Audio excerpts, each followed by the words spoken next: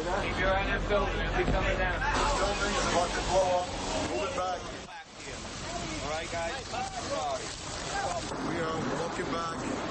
There's a building about to blow up. On flame.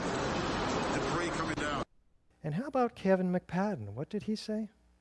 At the last few seconds, he took his hand off, and you heard 3, 2, 1. Countdown? Does that imply foreknowledge? Do fires bring buildings down to countdowns? Unlikely. In fact, the BBC announces the collapse 20 minutes before it happened. It's true. Jane Stanley is here announcing it. She says the 47-story Solomon Brothers building close to the World Trade Center has also collapsed. And there it is standing behind her. The BBC apologizes for this grievous error, citing the confusing events of the day. But does that make them psychic? Unlikely. Is there some kind of script that's handed out, like the guy on the street, the Twin Towers, who had all the answers? I believe we've shown that Building 7 matches all of the features of controlled demolition in the classic sense. Is it likely that Al-Qaeda could have had access to this building, which had to have been one of the most secure outside the Pentagon? If they didn't, then who did? The evidence is even more clear in the case of the Twin Towers. It's generally more difficult for people to understand that the towers were a controlled demolition because it was so outside of our frame of reference. We'd never seen anything like this. So this, combined with the shock, kept us from being objective.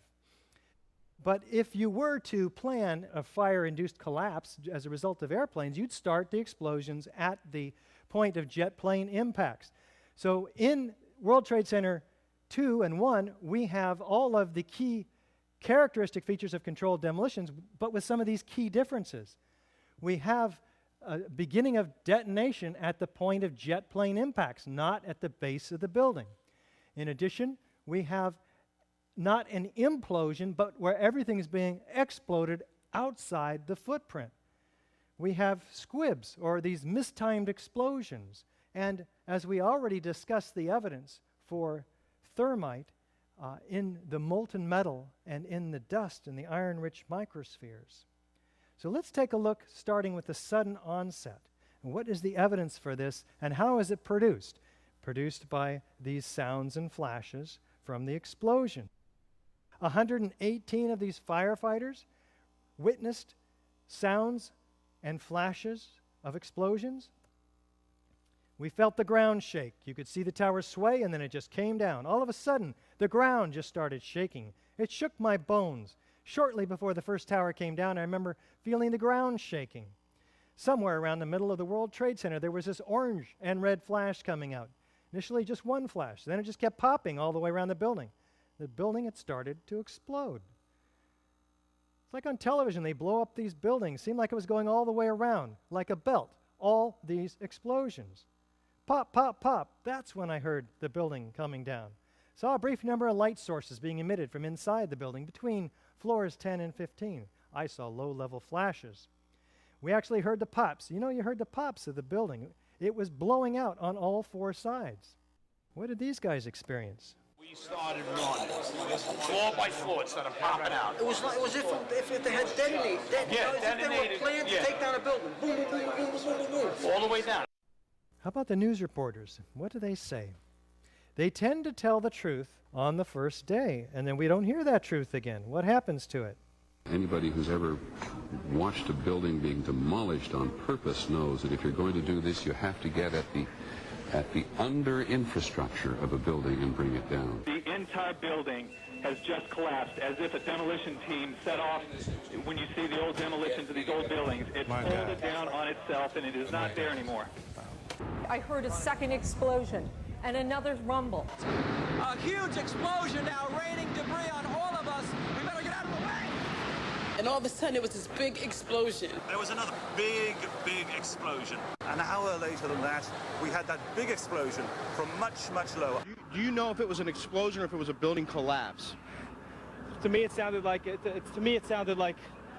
an explosion, but it was a huge explosion. Chief Albert Turry said that there was another explosion which took place, and then an hour after there was another explosion in one of the towers here. So according to his theory, he thinks that there were actually devices that were planted in the building. It just went ba-boom, it was like a bomb went off, and another explosion came right from it, just everyone flying.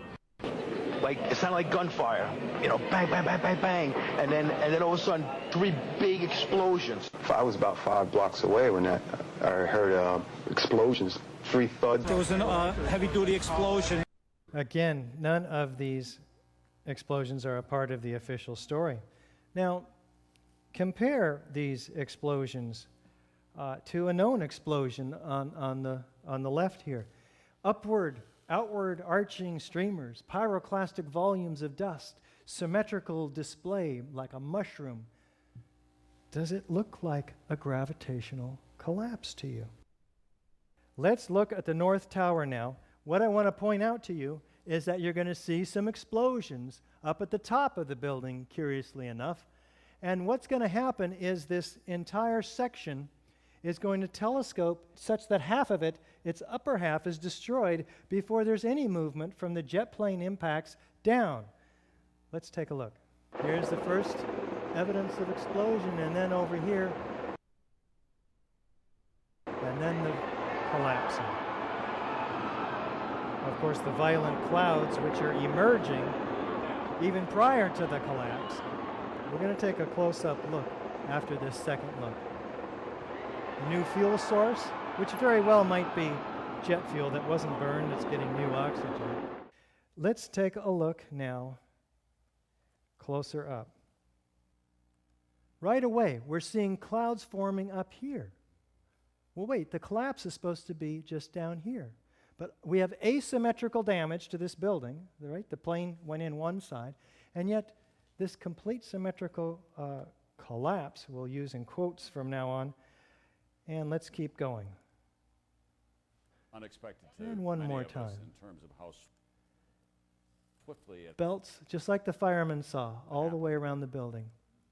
They came down. The antenna falls first, before anything else falls, indicating core column damage first. Now take a look at this from the same tower from the bottom, noting the violence underneath the mushroom cloud.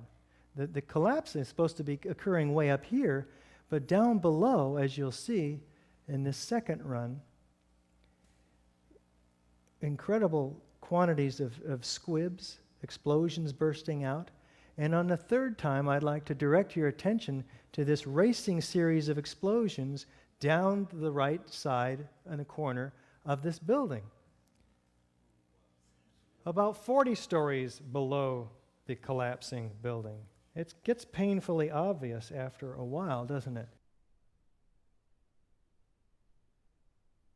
Do we have a straight down symmetrical progression of collapse outside the footprint? We had a 207-foot wide building.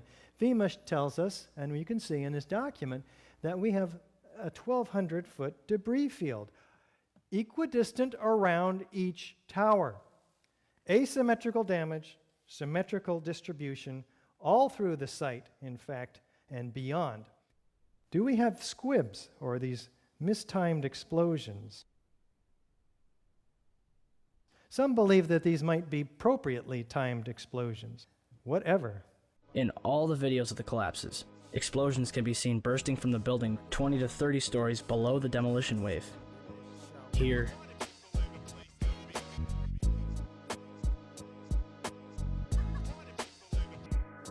here,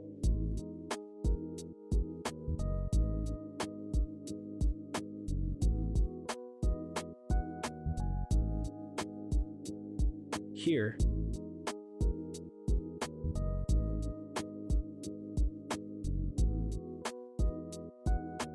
here,